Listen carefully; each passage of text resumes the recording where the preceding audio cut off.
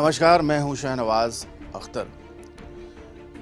रांची में इतिहास के ऐसे ऐसे धरोहर फैले हुए हैं जिन पर अभी रिसर्च और बहुत काम बाकी है। मैं मौजूद हूं इस वक्त लालपुर के आयकत परिवार के एक बेहद गौरवशाली अतीत के एक झरोखे में, जहां पर नेताजी सुभाष चंद्र बोस आके ठहरा करते थे। जी हाँ, इतिहास की किताबें कहती हैं कि 2 बार ऐसा वृतांत है कि नेताजी सुभाष चंद्र बोस रांची आकर के लंबे प्रवास 3 दिन 4-4 दिन तक ठहरे। एक बार तो ऐसा लिखा हुआ है कि 18 दिसंबर 1939 को नेताजी रांची आए, इसी आयकत परिवार के इसी हेरिटेज बंगलो में ठहरे, जो उनके मित्र थे। फणींद्र नाथ नाम था उनका, वो बहुत बड़े ठेकेदार थे। आप समझ सकते हैं कि गवर्नर हाउस जो है रांची का आज, वो बन रहा था और यही आयकत परिवार के लोग उसको बना रहे थे। नेताजी सुभाष चंद्र बोस की इस हेरिटेज बंगलो में बहुत सारी यादें संरक्षित हैं, सुरक्षित हैं। आप देख सकते हैं कितनी मेहनत से आज के दौर में, जब एक एक इंच ज़मीन की कीमत आसमान छू रही है, लेकिन इस परिवार ने नेताजी की यादों के चलते इस पूरे के पूरे बरामदे को संरक्षित और सुरक्षित कर रखा है। और ये वो ख़ास कुर्सी है, आप देख सकते हैं लकड़ी की, ये वो ख़ास कुर्सी जिस पे नेताजी बैठा करते थे और कभी कभी टेक लगाकर कुछ हल्की सी नींद भी लिया करते थे। यहीं से रामगढ़ अधिवेशन में जाते, फिर लौट करके आते, यहाँ तक कि आईने बनेगा, उस संबंध में बहुत सारे डिस्कशंस भी इसी बरामदे पे, इसी कुर्सी पे बैठ के नेताजी सुभाष चंद्र बोस ने किए हैं। जहाँ तक आयकत परिवार के पास मौजूद तस्वीरें और दस्तावेज़ हैं, इस दस्तावेज़ के मुताबिक 17 मार्च 1940 को रामगढ़ अधिवेशन के लिए नेताजी सुभाष चंद्र बोस चक्रधरपुर उतरे और चक्रधरपुर उतर के वो फणींद्र नाथ चटर्जी नाम के एक डॉक्टर थे, चिकित्सक थे लालपुर में, उनकी एक गाड़ी थी फिएट, उसमें बैठकर रांची आए और फिर आयकत भवन, जो उनका बहुत ही जाना पहचाना रेसिडेंस हुआ करता था, यहाँ ठहरे। आप देख सकते हैं कि इस पूरे भवन में जहाँ वो रुके 3 दिन 4 दिन तक उनका यहाँ पर वास रहा, इसी कुर्सी पर वो बैठा करते थे। आयकत परिवार से उनका बहुत ही पुराना और नज़दीकी रिश्ता था और आप समझ सकते हैं कि बहुत ही बड़ा व्यावसायिक परिवार है ये आयकत परिवार। उसने नेताजी को 40,000 रुपये का एक अनुदान, एक गिफ्ट दिया था आज़ादी की लड़ाई के लिए। और एक वाक़या मैं बताता चलूँ कि दिसंबर के महीने में 1939 की किसी तारीख को मोराबादी मैदान में एक सभा हुई थी, जिसमें जयपाल सिंह मुंडा भी शरीक थे। ढेर सारे आदिवासी युवा युवतियाँ नेताजी सुभाष चंद्र बोस को सुनने आए थे। जयपाल सिंह मुंडा ने कहा कि और तो कुछ हम लोग दे नहीं सकते, ये लाठी लीजिए, हम आदिवासियों की तरफ से ये तोहफा है, और भगाइए, मार भगाइए अंग्रेज़ों को इस लाठी के ज़ोर से। आप समझ सकते हैं कि सुभाष बाबू का रांची से कितना गहरा रिश्ता था। तो अगर हम इस रिश्ते की बात कर रहे थे, आयकत परिवार की बात कर रहे थे, आयकत परिवार ने 40,000 रुपये का एक बहुमूल्य टोकन मनी उनको दिया था आज़ादी की लड़ाई के लिए, शायद आईएनए के फॉर्मेशन के लिए, और जो कुछ सुभाष बाबू के मन में चल रहा था वो इस परिवार के लोगों के साथ शेयर करते थे। और एक फोर्ड कार भी दी थी। हमारे साथ मौजूद हैं विष्णु आयकत जी, आयकत परिवार के आज के इंचार्ज हैं, इस पूरे के पूरे के रखवाले हैं, इस परिवार के सदस्य हैं। हम आपका स्वागत करते हैं विष्णु जी। अब आप हमें बताइए अपनी ज़ुबानी, क्या आपने सुना हुआ है सुभाष बाबू की यादें इस पूरे। नेताजी सुभाष चंद्र बोस जी का आगमन हमारे घर में हुआ था, बहुत कम समय कर, लेकिन वो 3 से 4 दिन थे हमारे यहाँ। इसी बरामदे में वो मीटिंग करवाते थे, इसी कुर्सी में बैठ के नीचे दर्री बिछाता थे और स्वतंत्रता सेनानी और गण्यमान्य व्यक्ति का आना जाना था यहाँ। यहीं से वो शुरुआत की थी। रात को आके वो हमारे यहाँ फिर ठहरे। कैसे लिंक था आपके पिताजी से दोस्त? हमारे दादाजी लेट फरेंद्रनाथ आइकट के साथ उनका घर, वही एक रिलेशन उनसे था, जान परिचित थे। तो जब उनका रांची आना हुआ तब वो उनसे रिक्वेस्ट किए जो भाई आप हमारे यहाँ ठहरिए। तो यहाँ बहुत आराम से वो थे, यहीं रुकते थे वो। दादाजी ने उनको उस ज़माने में 40,000 रुपया का वो फाइनेंस भी करवाए, तो उनको दिए पैसा, ये भाई रामगढ़ अधिवेशन सक्सेसफुल होना चाहिए। और उसी इसमें सुभाष बाबू प्रेसिडेंट भी चुने। बाबू भी प्रेसिडेंट चुने गए थे उसी उसमें। फिर यहीं पर वो रात को आके अपना खाना खाते थे, यहीं विश्राम करते थे। खाने पीने में तो बहुत शौकीन थे हमारी मैं जानबूझ करके सुनना चाह रहा था कि वो क्या पसंद करते। हमारी दादी अपने हाथ से वो खाना बना के उनको खाने में वो सब कुछ खाते थे। उनको मिठाई मछली का बहुत शौक था, तो वही सब होता था। फिर हमारे घर में गाय था, उस गाय का दूध का छेना का पायस वगैरह ये सब बनता था, खीर वगैरह बनता था, संदेश बनता था गुड़ वाला। तो उनको बहुत मजा आता था। क्या क्या है उनकी निशानियां इस घर में? निशानियां छूट गया था उनका। एक हेयर ब्रश था, बाल का ब्रश, और एक वो विद्यासागरी चमड़ा का चप्पल एक था। तो वो सब हम लोग जमा करवा दिए आपका पुरुलिया संग्रहालय में। वो अभी भी वहाँ है, नेताजी का।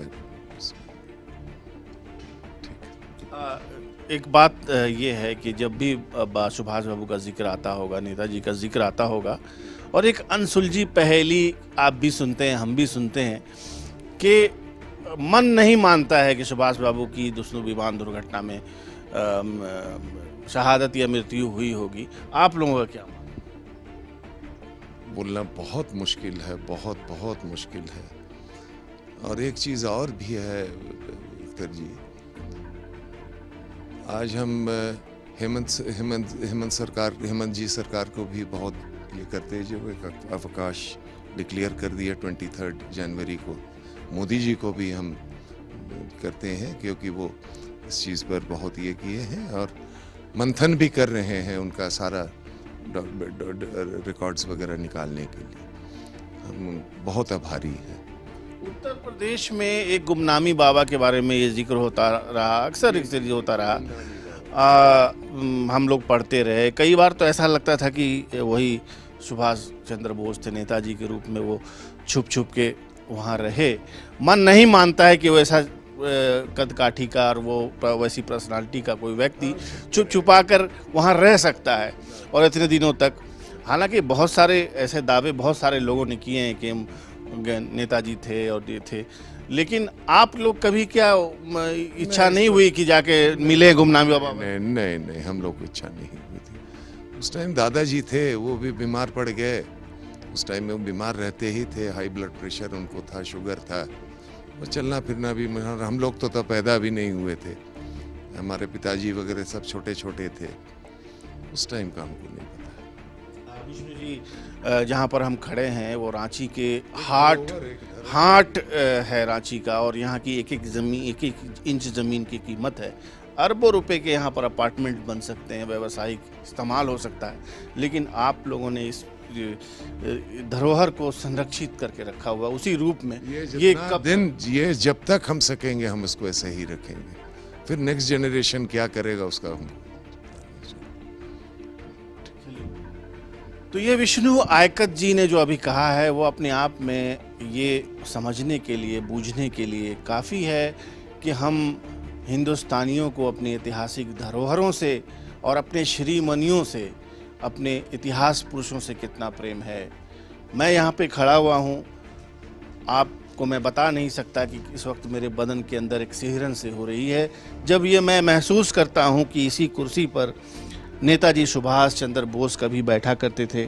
इसको छू करके देखना अपने आप में एक बहुत ही गौरवशाली अनुभव है। ऐसा लगता है कि उनकी आत्मा भी यहीं पर कहीं मौजूद होगी।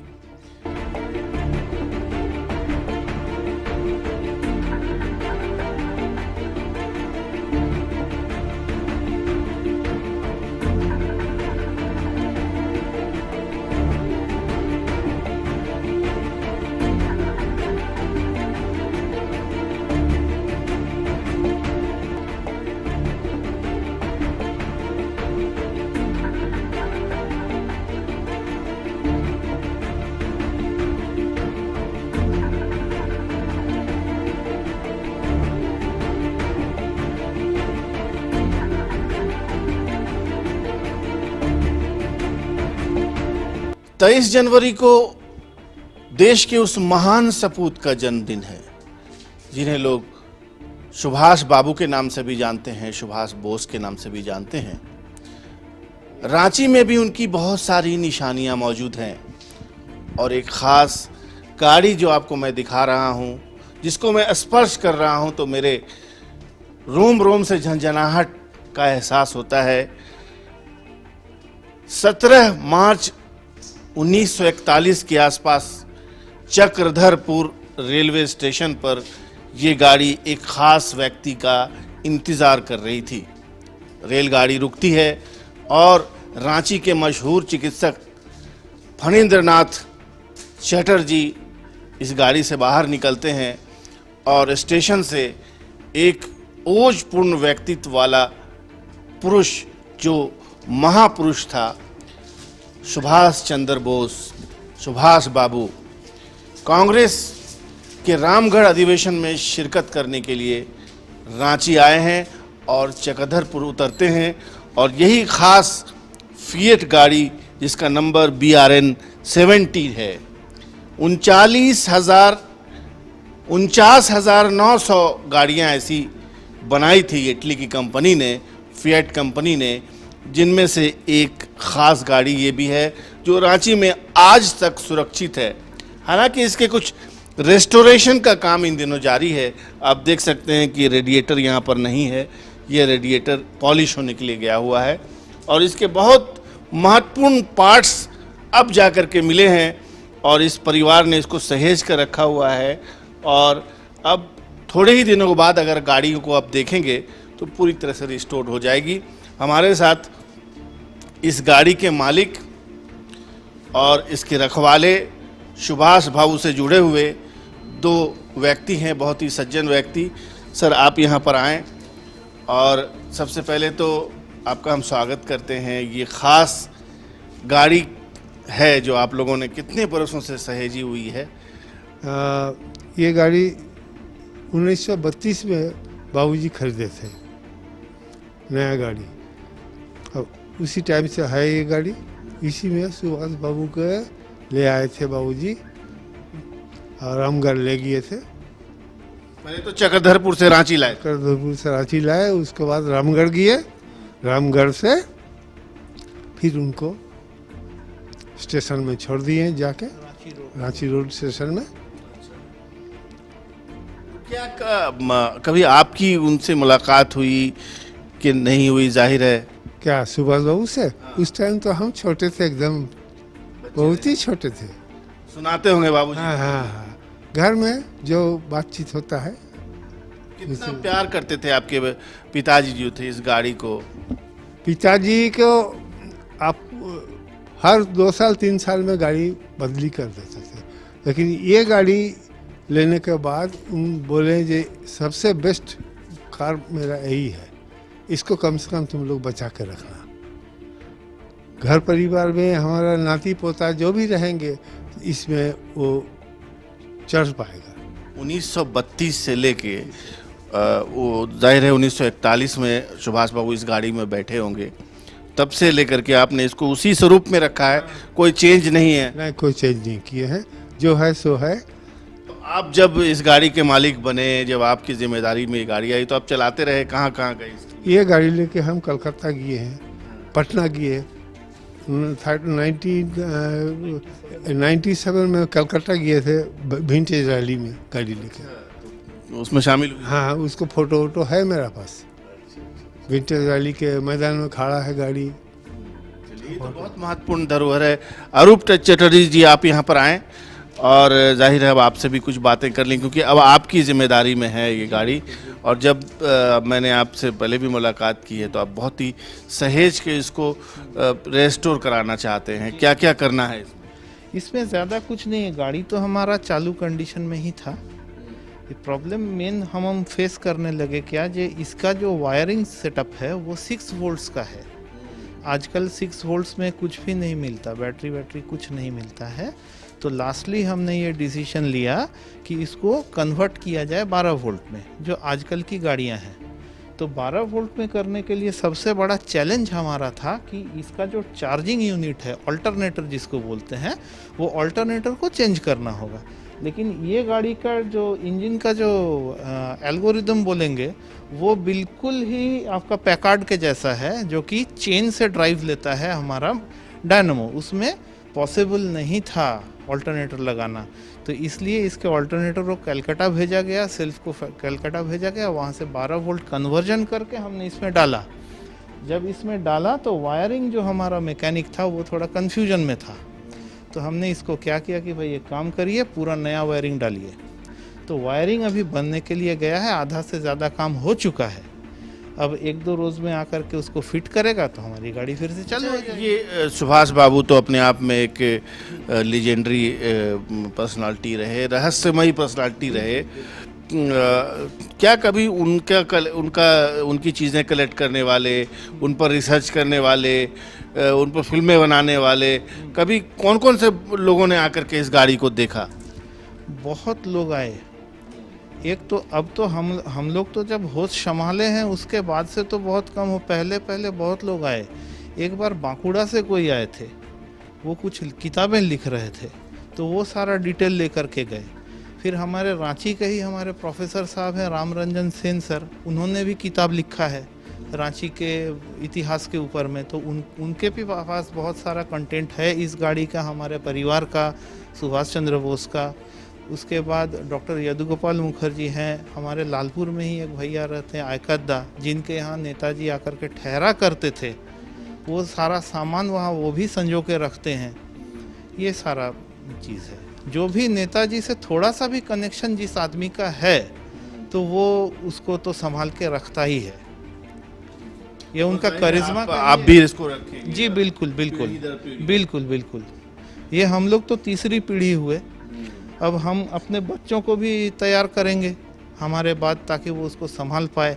इसको संभाल पाए इसलिए हमने एक बहुत सारा स्पेयर्स, अभी अगर देखा जाए, अगर ध्यान से देखा जाए तो हमारी अगली पीढ़ी को भी स्पेयर्स के लिए दिक्कत नहीं करना होगा। इसका ऑलरेडी इतना स्पेयर्स हमने एक्वायर कर लिया है इतने दिनों में। चलिए, तो ये अरूप चटर्जी थे और जो बता रहे थे कि BRN 70 नाम की एक फिएट कार जो है ये L मॉडल है, लॉन्ग व्हील बेस्ड ये कही जाती है, लंबी गाड़ी है, जो इसका हुड भी कन्वर्टेबल था, खुल जाता था। जब सुभाष बाबू चक्रधरपुर में इसमें बैठे थे, 17 मार्च के आसपास की तारीख रही होगी, 19 मार्च को, और 19 मार्च को रामगढ़ में अधिवेशन था, कांग्रेस का जो अधिवेशन था, जाहिर है वो बहुत ऐतिहासिक अधिवेशन था। वहाँ